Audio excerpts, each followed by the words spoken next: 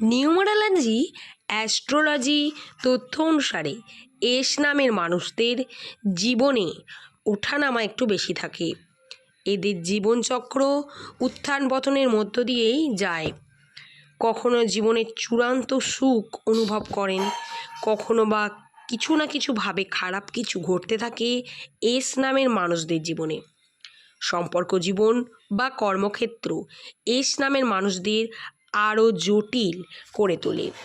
2026 সালে এস নামের জাতক জাতিকাদের উন্নতি অবস্থান করছিল এতদিন ধরে, এবং বর্তমানে কর্মের ওপর কী প্রভাব আসতে চলেছে চলুন বন্ধুরা আজ আমি আমার ভিডিওতে বর্তমান পরিস্থিতিতে দাঁড়িয়ে কোন বিশেষ দিকগুলি ফুটে উঠছে তা জানাবো।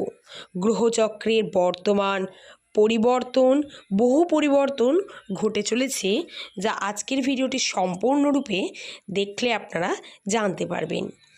আর্থিক ক্ষেত্রে, কর্মক্ষেত্রে ছোটোখাটো বিষয় নিয়ে বন্ধুরা আজকের এই ভিডিওটি আপনারা দেখতে থাকুন। আরও একবার স্বাগত জানাই আপনাদের বন্ধুরা।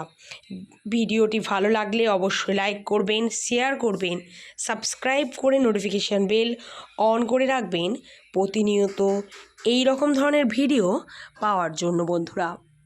সর্বোপরি কমেন্ট করে জানাতে ভুলবেন না আপনি আপনার কমেন্ট সেকশানে শুভ নামটি। চন্দ্রের অবস্থান একটু জটিল, যার কারণে এর প্রভাব আপনার রাশিতে পড়বে।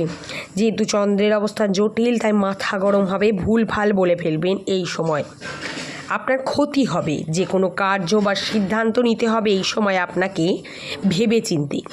হঠাৎ করে কোনো কিছু ভেবেচিন্তে আপনি নিতে পারবেন না, ভেবেচিন্তে আপনাকে সিদ্ধান্ত নিতে হবে।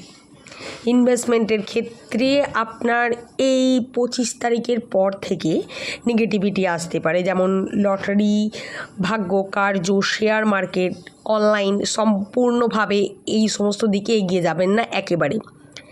লাভের থেকে লসের দিকে রান করবে এটি বেশি। সিদ্ধান্ত ভেবেচিন্তে আপনাকে এক্ষেত্রেও নিতে হবে। আজকের এই ভিডিওটি সংক্ষিপ্ত একটি ভিডিও, যার মাধ্যমে আমি শুধুমাত্র জানাবো আপনাদের কোন কোন দিকগুলি সমস্যা হবে। বাকি আপনাদের কোনো কোয়ারিজ থাকলে আপনারা কমেন্ট করে জানাবেন বন্ধুরা। এবং 25 তারিখ থেকে 27 তারিখ পর্যন্ত এস নামের জাতক জাতিকাদের জীবনে ছোট ছোট সমস্যা আসবে, যা আপনাকে সিদ্ধান্ত নিতে হবে।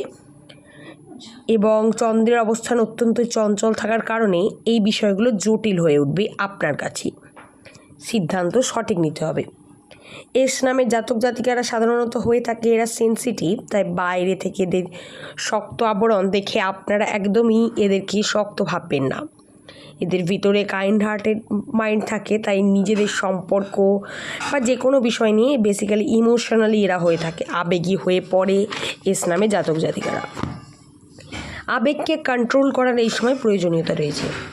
পুরানো সম্পর্ক ডিস্টার্ব করতে পারে, সে হয়তো আসবে না, মনে পড়বে বা ভাবনা চিন্তা হতে পারে।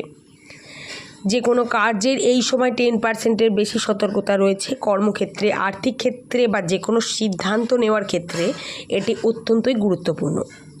বর্তমান পরিস্থিতি অত্যন্ত জটিল। মন মানসিকতার দিক থেকে আপনাকে স্ট্রং থাকতে হবে, কিন্তু আপনি স্ট্রং থাকতে পারবেন না, তাও আপনাকে মন স্থির করে স্ট্রং থাকতে হবে।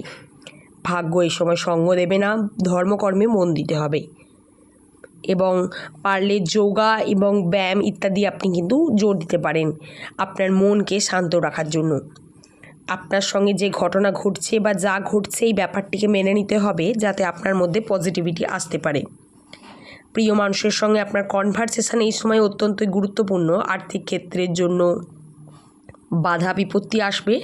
কৌশল অত্যন্ত গুরুত্বপূর্ণ একটা ফ্যাক্টর এই সময়। বাধা বিপত্তি পার করাটাও আপনাদের কাছে চ্যালেঞ্জিং বা ইম্পর্টেন্ট একটা ব্যাপার, অত্যন্ত সহজ এটি হবে না, যার জন্য মানসিক চাপ বৃদ্ধি পেতে পারে। খুব সাবধানতা অবলম্বন করার প্রয়োজনীয়তা রয়েছে এই সময়। আশা করছি বন্ধুরা আমি ভিডিওটি বোঝাতে পারলাম। বলেছিলাম বন্ধুরা এটি একটি সংক্ষিপ্ত ভিডিও, তাই এই ভিডিওটি আজকে এই পর্যন্তই।